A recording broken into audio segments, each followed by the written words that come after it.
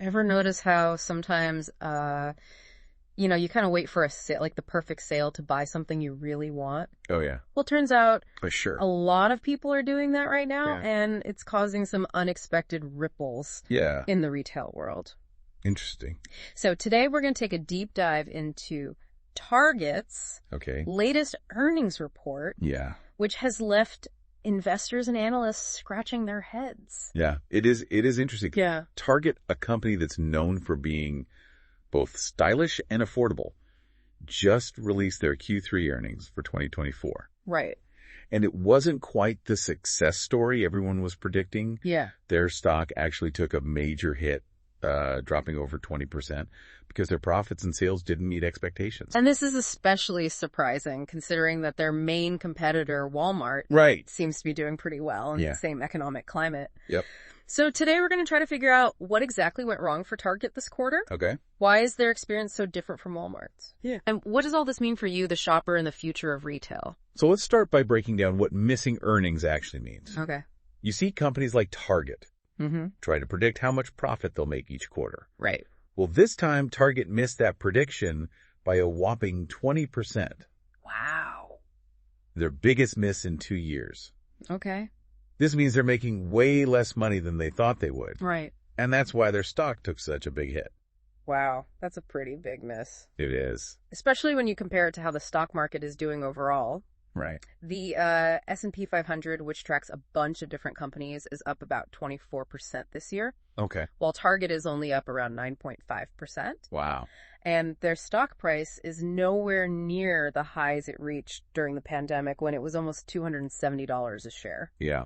So what's the reason for this sudden slump? Well, Target CEO Brian Cornell says it's because of what he calls lingering softness in discretionary categories. What he means is that people are being more careful about spending money on things they don't absolutely need.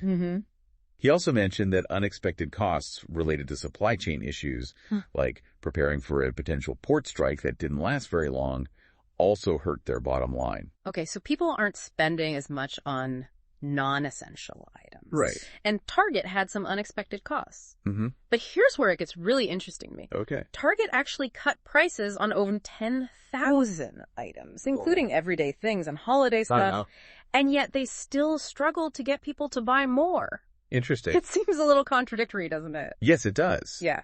And it points to a larger trend of how consumer behavior is changing. Right. Michael Fidelk, Target's COO, acknowledged this slowdown in spending on non-essentials. Okay. But he still expressed confidence in their long-term outlook. Okay. He seems to think it's just a temporary blip. So people are still buying things. Yeah. They're just being more picky about what they buy. Exactly.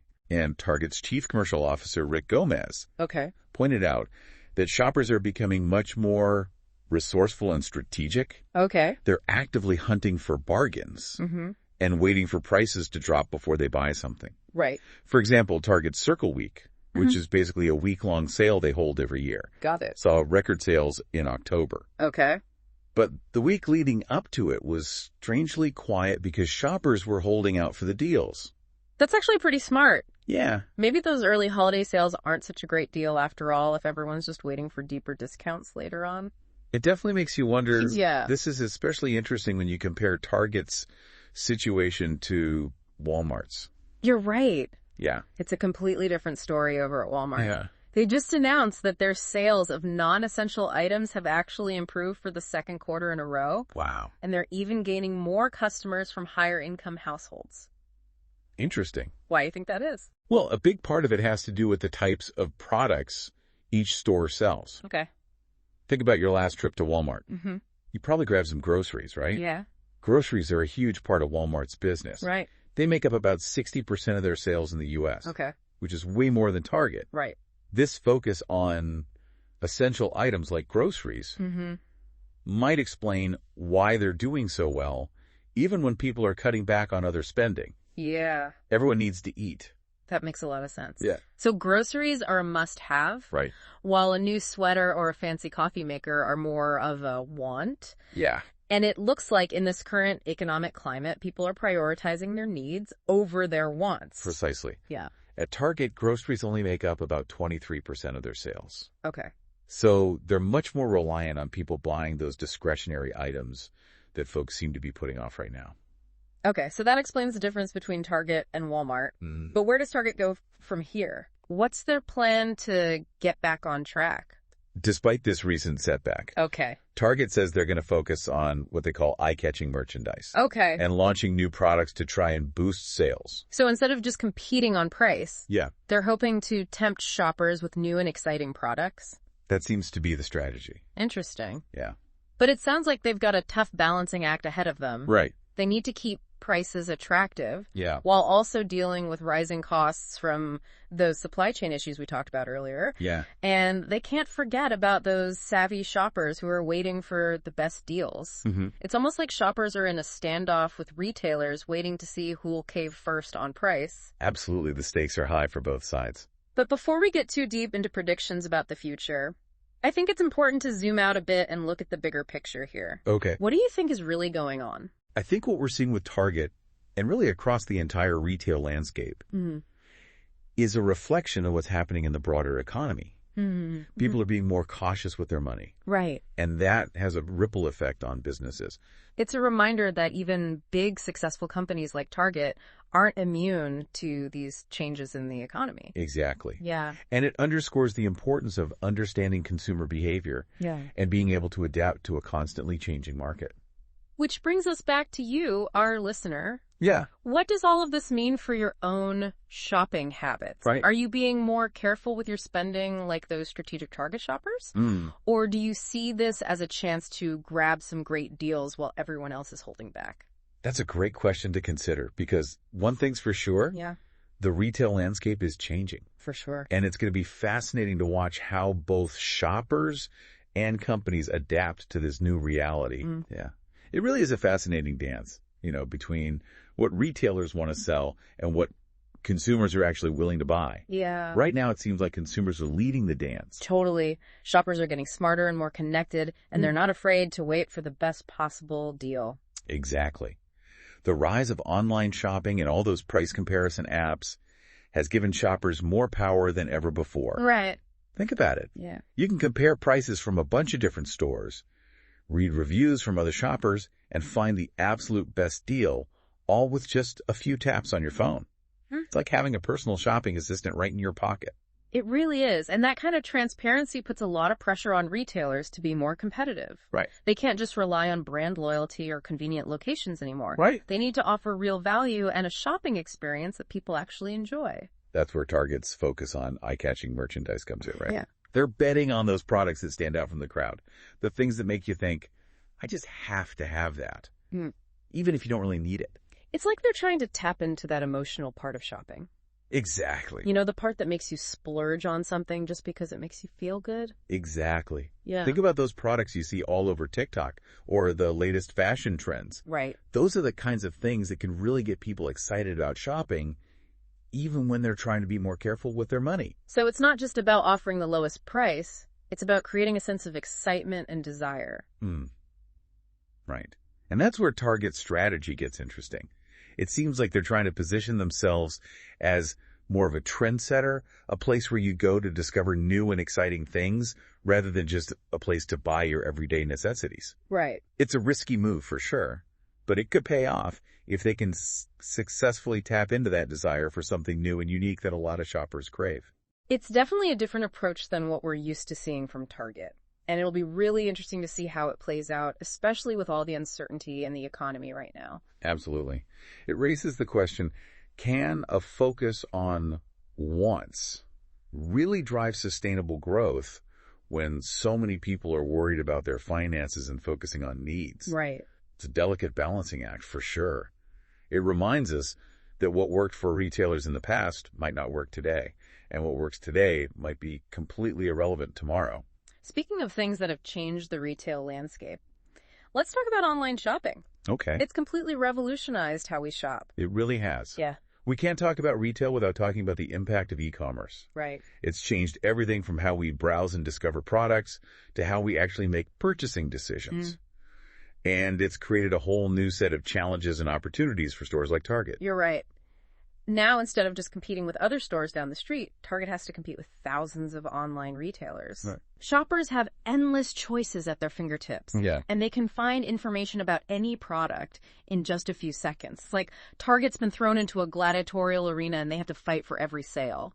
I love that analogy. Yeah. And to survive in this arena, retailers like Target have to be adaptable, innovative, and constantly evolving to meet the changing expectations of shoppers. So how is Target doing in this digital arena? Are they holding their own? They're definitely making progress. Okay. Remember how their earnings report mentioned those double-digit gains in curbside pickup and the almost 20% increase in same-day delivery? Right. Those are bright spots in an otherwise disappointing report. Okay. It shows that they're investing in what are called omni-channel strategies. Okay. Essentially, they're trying to make the experience of shopping online and shopping in a store as seamless as possible.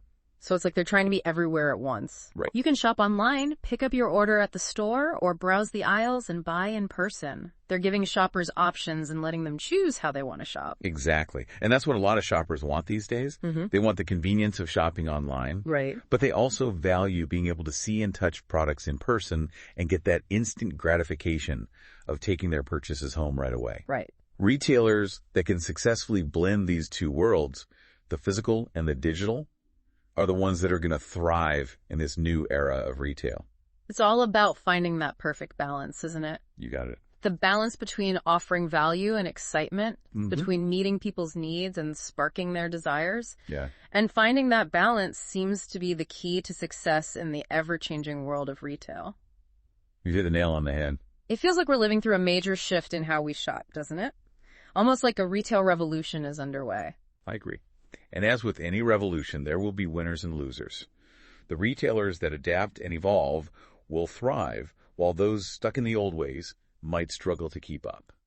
So for the average shopper out there, what does all this mean? What should we be paying attention to as we navigate this changing retail landscape? Well, I think the most important thing for shoppers is to be informed and aware. Pay attention to the trends we've been talking about. Do your research before you buy, and don't be afraid to shop around and compare prices from different stores. You have more power than ever before to find the best deals and make sure you're getting the most value for your money. It's like we need to treat shopping like an investment, carefully considering our options before we buy in. That's a great way to think about it. And just like a smart investor diversifies their portfolio, you should diversify your shopping habits. Don't limit yourself to just one store. Maybe you buy your groceries at Walmart, snag some trendy clothes at Target, and check out local boutiques or online marketplaces for unique finds. So it's not about choosing one retailer over another. It's about being a savvy shopper and finding the best value for your needs. Exactly. And remember, value doesn't always mean the lowest price.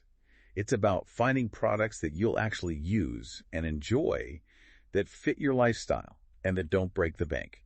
It's about being mindful and intentional about how you spend your money, which is an important skill to have, especially with so many tempting things out there vying for our attention. Absolutely. Yeah. In a world of constant advertising and fleeting trends, being a thoughtful shopper is more important than ever. It's like applying the Marie Kondo method to our shopping habits. Before you buy something, ask yourself, does this spark joy? I love that. It's about finding joy in the process of shopping, not just in accumulating more stuff. And at the end of the day, that's what it should be about, right? Shopping should be an enjoyable experience, not a source of stress or buyer's remorse. I completely agree. The more informed and empowered we are as consumers, the more likely we are to find that enjoyment in shopping. So as we wrap up our deep dive into Target's surprising earnings report and the changing world of retail, here's a final thought to leave you with. What if this shift toward more mindful and strategic shopping is actually a good thing? Could it be that this cautiousness is actually pushing retailers to be more innovative, more sustainable, and more focused on creating products that truly add value to our lives? That's a really interesting question. It's definitely a challenging time for both shoppers and retailers, Mm-hmm. but it also presents an opportunity for positive change in the retail industry. And ultimately, it's up to us, the shoppers, to decide what that change will look like. Thanks for joining us on this deep dive.